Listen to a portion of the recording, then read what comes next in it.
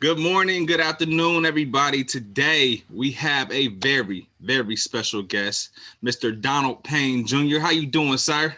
Doing good, Larry. How are you? Man, I'm well. I'm so blessed that you're here. I'm so stoked that you're here. Before we get started, can you tell us a little bit about yourself? Absolutely. Born and raised in Columbus. Currently, I'm a real estate agent. I've been doing it 8 years here in Columbus, and my dad's been an agent 40 years. So we have a family business. And outside of working, definitely glad to travel, trying to see the world. Oh, cool. Can you tell us a little bit about that family business that you have? Absolutely. So my dad's been a real estate agent 42 years, and he's owned the company for 30 years. And so I work with him and my mother. My mom was a teacher actually in Columbus City Schools on the Hilltop in Hiltonia for 35 years, and then she's been our office manager for the last 7 years. So it's been really cool working with family. Super exciting. Definitely has its ups and downs, but right now the market's hot, so it's a bunch of fun. Market is hot. Yes. So I heard you have a very special book for us today. What did you bring for us? So I bought a kind of a real estate related book called Rich Dad Poor Dad by Robert Kiyosaki. This for me, I read this book the first time when I was 15. So I know your class is a little younger than that, but there's a really important, some great stories and lessons in this book. And I think at any age, kids can grasp money and grasp being an entrepreneur. Cool, cool. All right.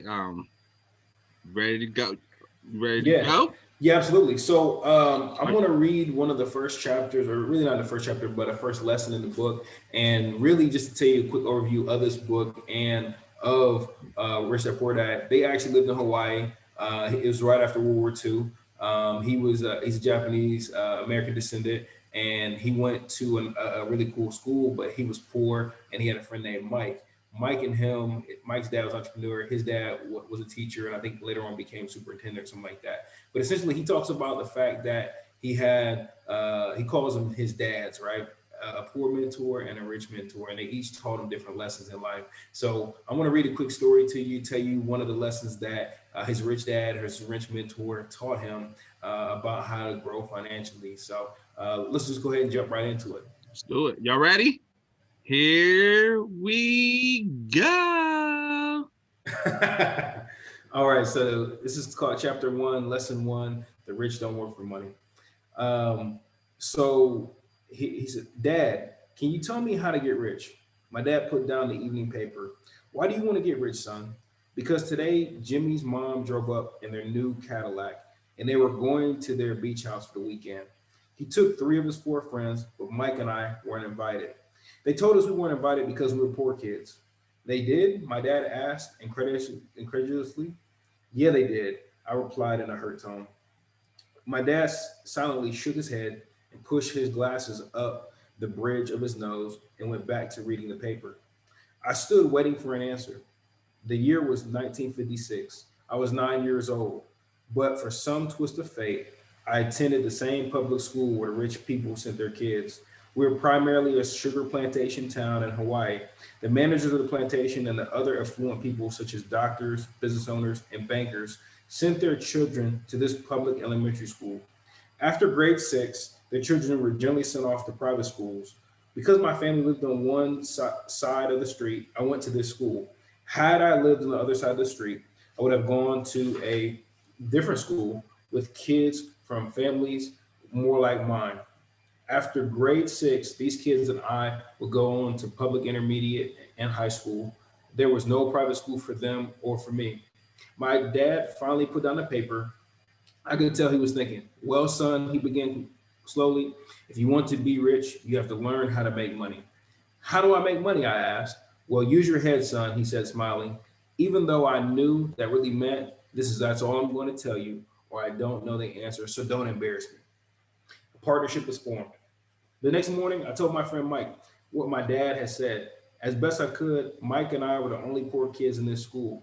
Mike was also in this school by a twist of fate. Someone had drawn a jog line for the school district, and we wound up in the school with the rich kids. We weren't really poor, but we felt as if we were because all the boys had new baseball gloves, new bicycles, new everything. Mom and dad provided us with the basics like food, shelter, and clothing, but that was about it. My dad used to say, if you want something, work for it. We wanted things, but there was not much work available for 9-year-old boys. So what do we do to make money, Mike asked.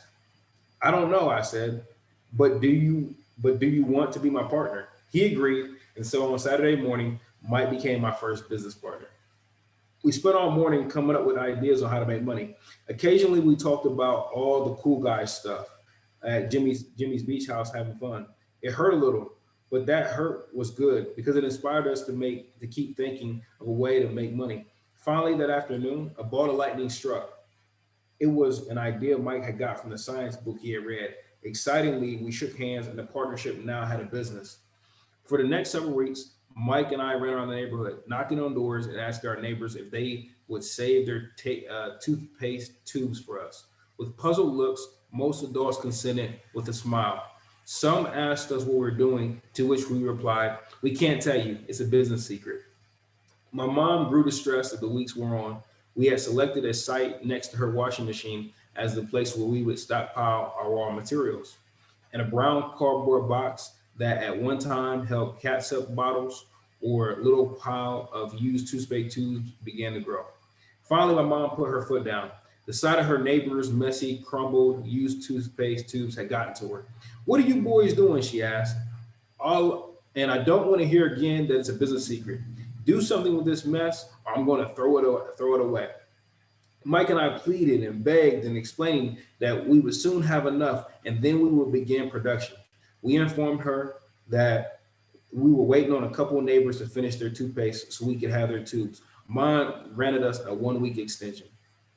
The date to begin production was moved up and the pressure was on. My first partnership was already being threatened with an eviction notice by my own mom.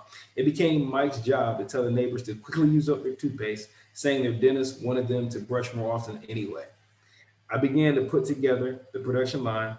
One day, my dad drove up with a friend to see two 9-year-old boys in the driveway with a production line fully operating at full speed. That was a fine white powder everywhere. On a long table were small white cartons, milk cartons from school, and the family's hibachi grill was glowing red hot coals at maximum heat. Dad walked up cautiously, having to park the car at the base of the driveway since the production line blocked the carport. As he and his friends got closer, they saw a steel pot sitting on top of coals in which toothpaste tubes were being melted down. In those days, toothpaste did not come in plastic tubes. The tubes were made of lead. So once the paint was burnt off, the tubes were dropped in the small steel pot. They melted until they became liquid. With my mom's pot holders, we poured a lid through a small hole in the top of milk cartons. The cartons were filled with plaster of Paris. White powder was everywhere. In my haste, I knocked the bag over and the entire area looked like it got hit by a snowstorm. The milk cartons were the outer containers for plaster of Paris molds. My dad and his friend watched as we carefully poured the molten lead through a small hole in the top of the plaster of Paris cube. "Careful," my dad said. I nodded without looking up. Finally, once the pouring was through, I put the steel pot down and smiled at my dad. "What are you boys doing?" he asked with a cautious smile.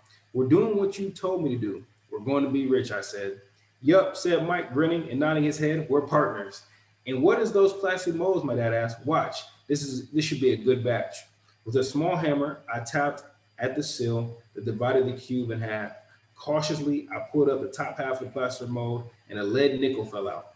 "Oh no," my dad exclaimed. "You're casting nickels out of lead?" "That's right," Mike said. We're doing just as you told us. We're making money."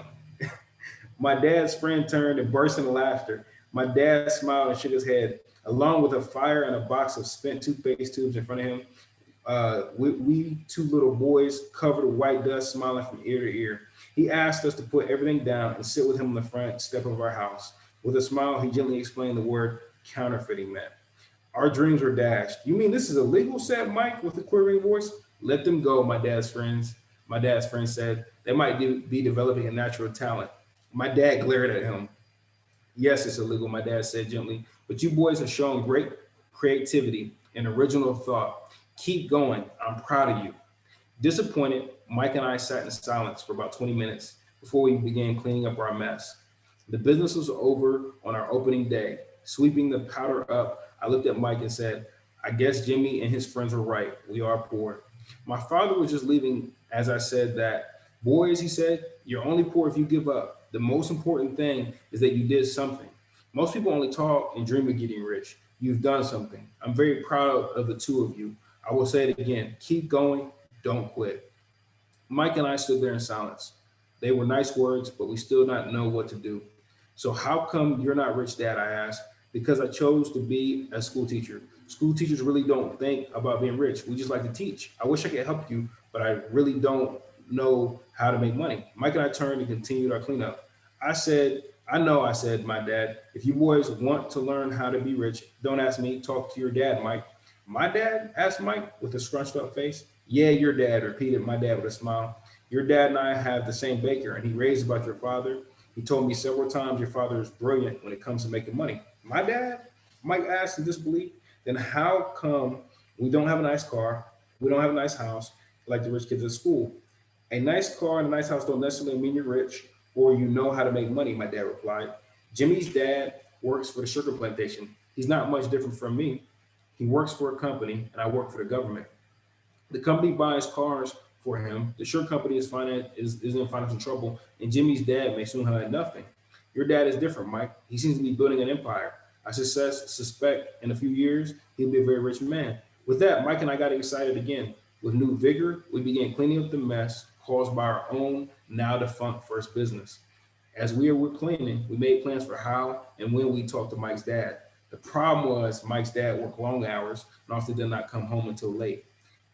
His father owned warehouses, construction company, chain of stores, and 3 restaurants. It was the restaurants that kept him out late. Mike caught the bus home after we had finished cleaning up. He was going to talk to his dad when he got home that night and asked him, if you would teach us how to become rich. Mike promised to call as soon as he had talked to his dad, even if it was late. The phone rang at 8:30 p.m. Okay, I said, next Saturday. I put the phone down. Mike's dad agreed to meet with us. On Saturday, I caught the 7:30 a.m. bus to poor side of town. And that's where I'm going to stop. I think that I really love this chapter, and I really enjoy this book because it says some things pretty straightforwardly, but kind of hard. But one thing he says is to be creative and don't give up. If you have a goal, do not give up. Continue to chase it and be creative in how you chase your goal. No matter if one door closes, they're going to keep trying to get to that goal through another door. So this book talks a lot of great lessons, and these guys were 9 years old, and I believe your class is fifth graders. And so I just think that as young people, that they need to continue to have dreams and continue to think about different ways to attain those dreams and definitely work for it. Yep, and I was about to ask you, like, what you just said, pretty much, like, never give up. He was like, I took a part where he said, y'all did something, and most people don't even start. So can you summarize the rest of that chapter just in case for the kids real quick? Yeah, so pretty much what happens next is they go meet with Mike's dad. And Mike's dad got all these businesses and doing all this crazy stuff and working all this time. And what Mike's dad goes on to teach them is, hey, you can come work for me and learn from me, but I'm gonna pay you 5 cents an hour, which sound absolutely ridiculous. But the first week they do it. And they're doing all this hard, crazy work. And they go back to his dad and say, look, we're working too hard. We're not making any money. And even Robert's dad was mad at Mike's dad for this, right? Oh, you're exploiting the kids and all this stuff. But then Mike's dad explains to them, look, you wanted to work and learn. Most people are just working to earn. So make sure you're always working to learn. So that's what the rest of the chapter goes over. And I would say to the kids as well is that definitely, as you get older, get a job, do different things to learn and make money, but always look for opportunities for you to learn from somebody, to ask questions, to things that you're curious about, to even work for somebody or work with somebody so you can learn something from them, not just to earn money, because you never know what those skill sets further down the road of your life and in your career and in your path in life will benefit you. Oh, that's deep, man. We dropping nuggets. I dropping nuggets right there. I hope you are listening because I'm listening. I want to thank you, Donald, for coming through. You have any last words of advice? You just gave us some. You got any more word of advice you want to give us before we wrap up? One last thing I'll say is and I've seen this in my own life, in my own business, is that the relationships you make in elementary school, middle school, high school, just try to treat people with respect and with kindness. And you never know down the road where that will benefit you. And I know right now life seems like it's probably moving super slow because we're younger, but as you get older, it moves fast. But just enjoy your time. And I hope you guys really enjoyed this story. I hope one day you read the book. And thank you, Mr. Carey, for having us and having me on today. I appreciate the time as well. Man, we appreciate you. Everybody, did y'all enjoy that? All right. Donald, thank you, man. I appreciate you so much, brother. Thank you for for coming on and giving your time and dropping nuggets to the young people. I wish you nothing but the best. I'm gonna get up with you soon. Thank you, sir. Everybody say bye. Thank you, Larry.